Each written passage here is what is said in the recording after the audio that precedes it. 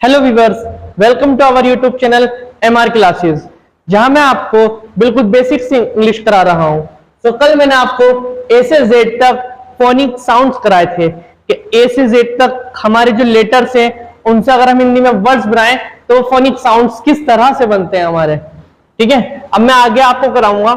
Next, ये हमारे alphabets हैं, इन्हें हम अल्फाबेट्स बोलते हैं, और ये हमारे लेटर्स हैं। क्या है? लेटर्स।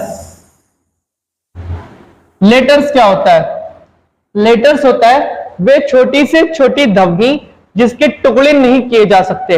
मतलब हम अगर ए को तोड़ना चाहे तो नहीं टूट सकता। A B C D E F G V W X Y Z, इन सब के सिर्फ एक ही लेटर है, एक ही अक्षर है, तो इनके टुकड़े और नहीं हो सकते। इन्हें जोड़कर कुछ बन सकता है मगर इन्हें घटाकर कुछ नहीं बन सकता। जैसे अगर हम लेटर्स को जोड़ेंगे तो लेटर्स से जोड़कर बनता है हमारा वर्ड,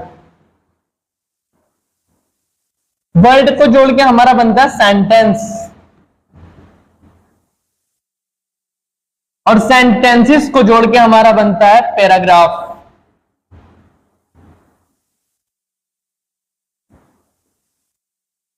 पैराग्राफ। लेटर को बोलते हैं हम अक्षर। ये होता है हमारा शब्द। सेंटेंस होता है वाक्य, और पैराग्राफ होता है अनुच्छेद।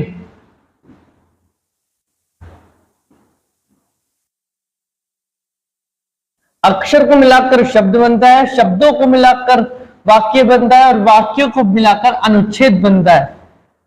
इनके एग्जाम्पल ले लेते हैं।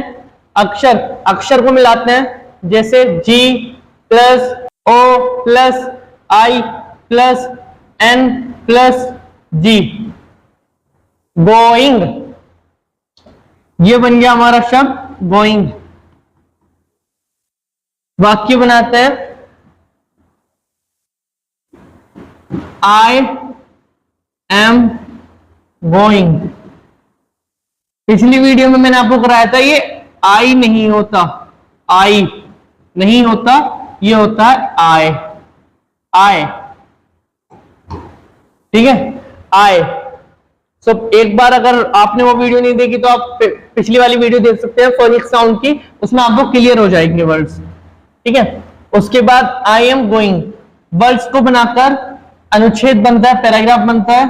लाइक बनता है I am coming from Delhi, मैं दिल्ली से आ रहा हूं।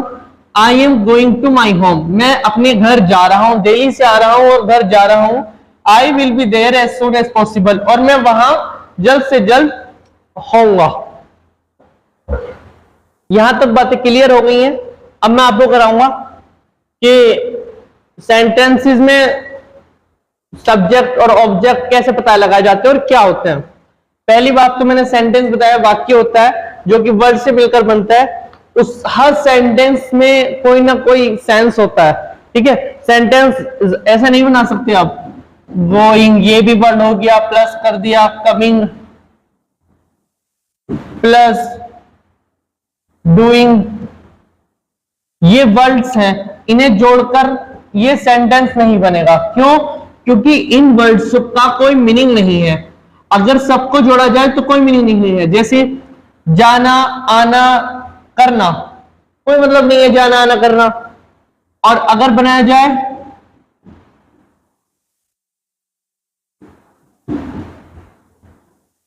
आई एम डूइंग, मैं कर रहा हूं। आई एम गोइंग, मैं जा रहा हूं। आई एम कमिंग, मैं आ रहा हूं। इनका मतलब है, सेंस है, तो उन्हें ही सेंटेंस कहते हैं जिनका सेंस या मतलब निकले। ठीक है, और every sentence has a subject and object. Her sentence में सब्जेक्ट और ऑब्जेक्ट होता है। अब सब्जेक्ट और ऑब्जेक्ट क्या होता है? तो सब्जेक्ट क्या होता है? सब्जेक्ट होता है हमारा कर्ता, जो किसी काम को करता है, और ऑब्जेक्ट होता है जो काम करता करता है, उस काम को ऑब्जेक्ट बोलते हैं। ठीक, एग्जाम्पल ले लेते हैं। राम खाना खा रहा है।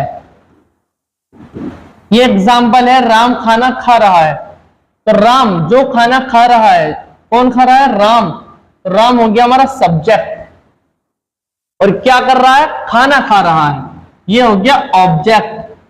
और जो चीज हो रही होती है प्रेजेंट में, जो चीज चल रही है डूइंग, उसको बोलते हैं वर्ब।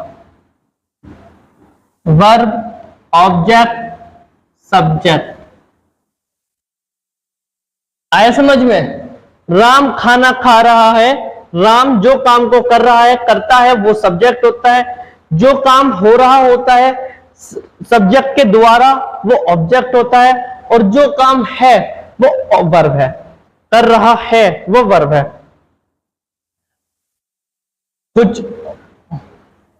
कुछ और सेंटेंस ले लेते हैं। मैं खाना खा रहा हूं। कौन खा रहा हूं? मैं खाना खा रहा हूं मतलब मैं करता हुआ, सब्जेक्ट। और क्या कर रहा हूं? खाना खा रहा हूं, ऑब्जेक्ट। और रहा हूं, वर्ब। अनिल गीत गा रहा है। कौन गा रहा है? अनिल, वो सब्जेक्ट हो गया। और क्या गा रहा है? गीत। गा रहा है, वर्ब। हम इंग्लिश सीख रहे हैं। हम यानी कि सब्जेक्ट, इंग्लिश ऑब्जेक्ट, सीख रहे हैं, वर्ब। मां खाना बना रही है। मां सब्जेक्ट हो गई, और खाना क्या बना रही है? खाना, ऑब्जेक्ट, बना रही है, वर्ब। रमन अपने हैं ये, अपने कपड़े धो रहा है। रमन अपने कपड़े धो रहा है। कौन धो रहा है? रमन, सब्जेक्ट। और क्या धो रहा है? क्या? कपड़े, ऑब्जेक्ट। अपने नहीं होगा, धो क्या चीज रहा है, क्या काम कर रहा है? कपड़े धोने का, तो कपड़े, ऑब्जेक्ट। और धो रहा है तो वर्ब। ठीक है, आई होप सब्जेक्ट और ऑब्जेक्ट आपके क्लियर हो चुके होंगे कि सब्जेक्ट ऑब्जेक्ट क्या होता है। एक बार और बताता हूं कि जो चीज करता हो, जो काम करता है, कार्य करता है, वो सब्जेक्ट होता है। और जिस कार्य को करता है वो ऑब्जेक्ट होती है। बस ये बात आप याद रखना। अब आते हैं हमारे parts of speech. Parts of speech मतलब शब्दों के भेद। शब्दों के भेद और पार्ट्स ऑफ स्पीच 8 तरह के होते हैं, जिसमें फर्स्ट होता है noun, pronoun, verb, adverb, adjective, conjunction, preposition, interjection. There are 8 types of parts of speech. Noun होती है हमारी संज्ञा, प्रोनाउन होती है सर्वनाम, वर्ब क्रिया, एडजेक्टिव विशेषण, एडवर्ब क्रिया विशेषण, प्रीपोजिशन संबंध बोधक, कंजक्शन समुच्चय बोधक, इंटरजेक्शन विस्मयादि बोधक।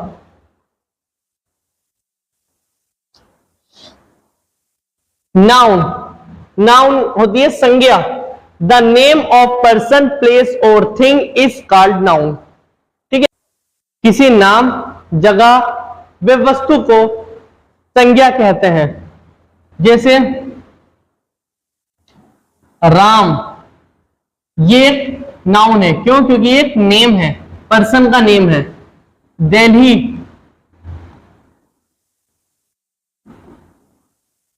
दिल्ली, दिल्ली एक जगह का नाम है, ये नाउन है।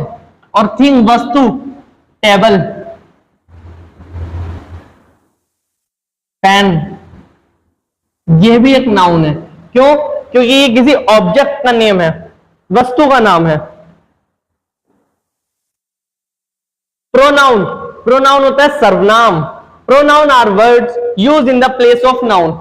जो नाउन के स्थान पर यूज होते हैं वो प्रोनाउन कहलाते हैं। जैसे आप किसी पर्सन से बात कर रहे हैं और उसका नाम तो आप बार बार ले नहीं सकते। अगर उसका नाम मान लीजिए रमन है, आप बार बार उसको बोल नहीं सकते रमन रमन रमन, आप बोलेंगे ये, तुम, तुम्हारा। ठीक है, दूसरे पर्सन की किसी की बात हो रही है, थर्ड पर्सन की, तो आप बोलेंगे उसका, इसका। ठीक है, तो जब किसी पर्सन के नाम पे या जगह के नाम पे, जगह वहां, आप दिल्ली नहीं बोल सकते, गुजरात, राजस्थान बार बार नहीं बोल सकते, राजस्थान राजस्थान, आप बोलेंगे वहां। एक बार बोल दिया आपने हम राजस्थान जाएंगे, वहां हम खेले, वहां हमने खाया, वहां हमने सोए, वहां हम घूमे, इस तरीके से आप बोलेंगे। तो जब किसी जगह नाउन के स्थान पर किसी वर्ड का यूज होता है वो प्रोनाउन कहलाया जाता है।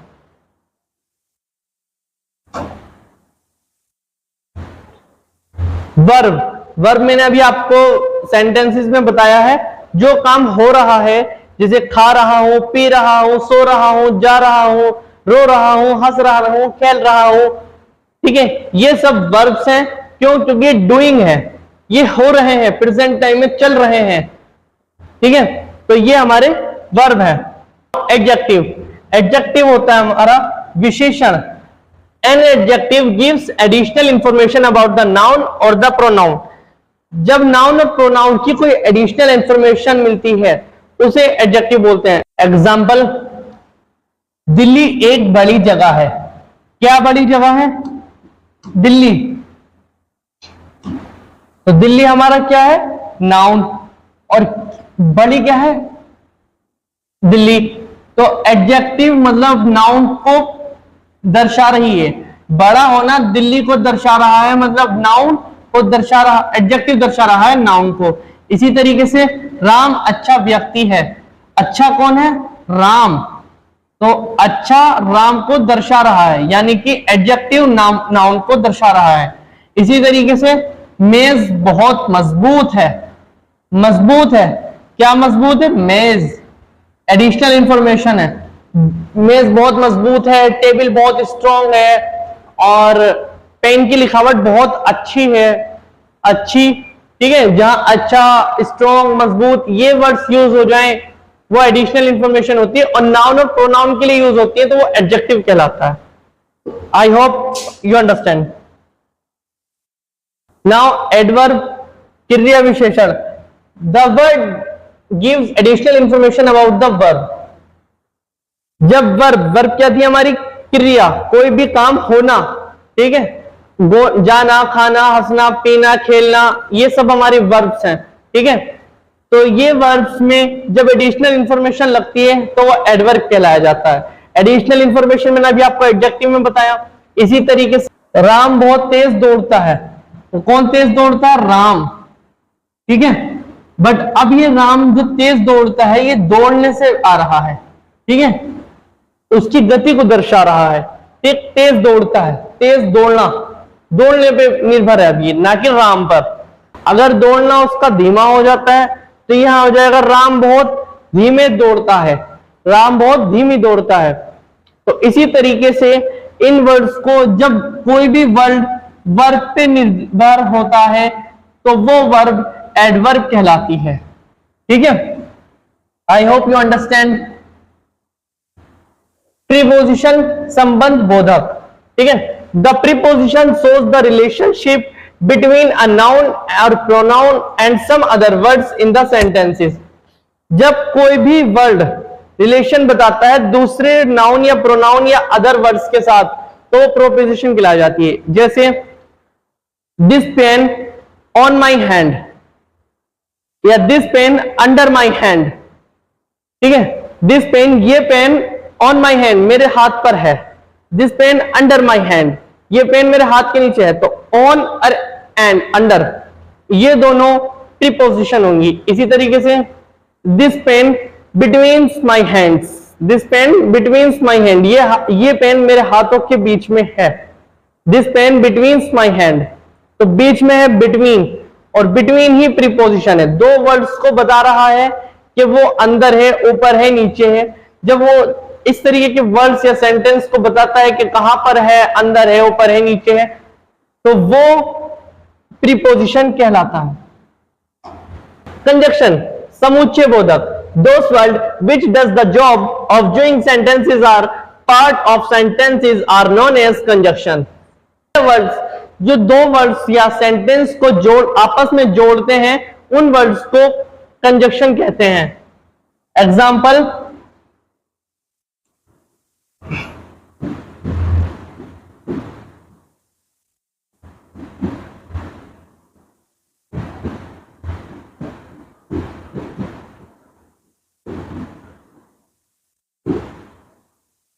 मैंने खाना खाया और पानी पिया।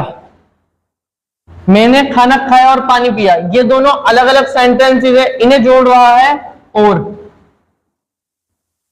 ठीक है, और को इंग्लिश में एंड बोलते हैं, and.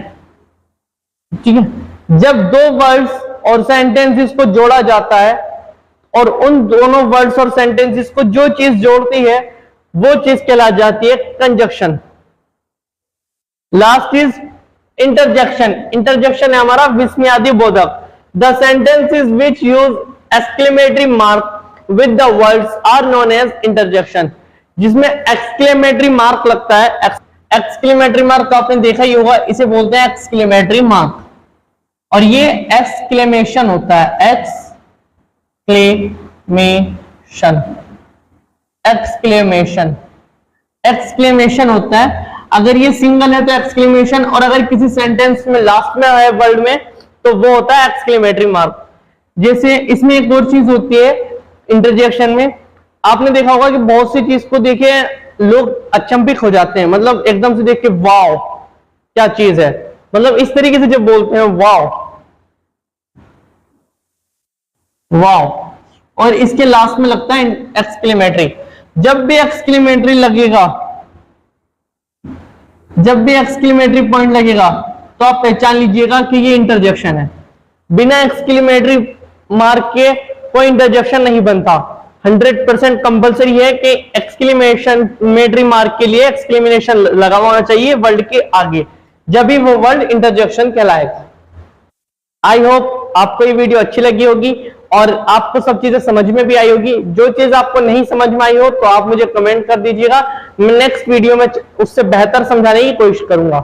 So thank you for watching this video, have a nice day.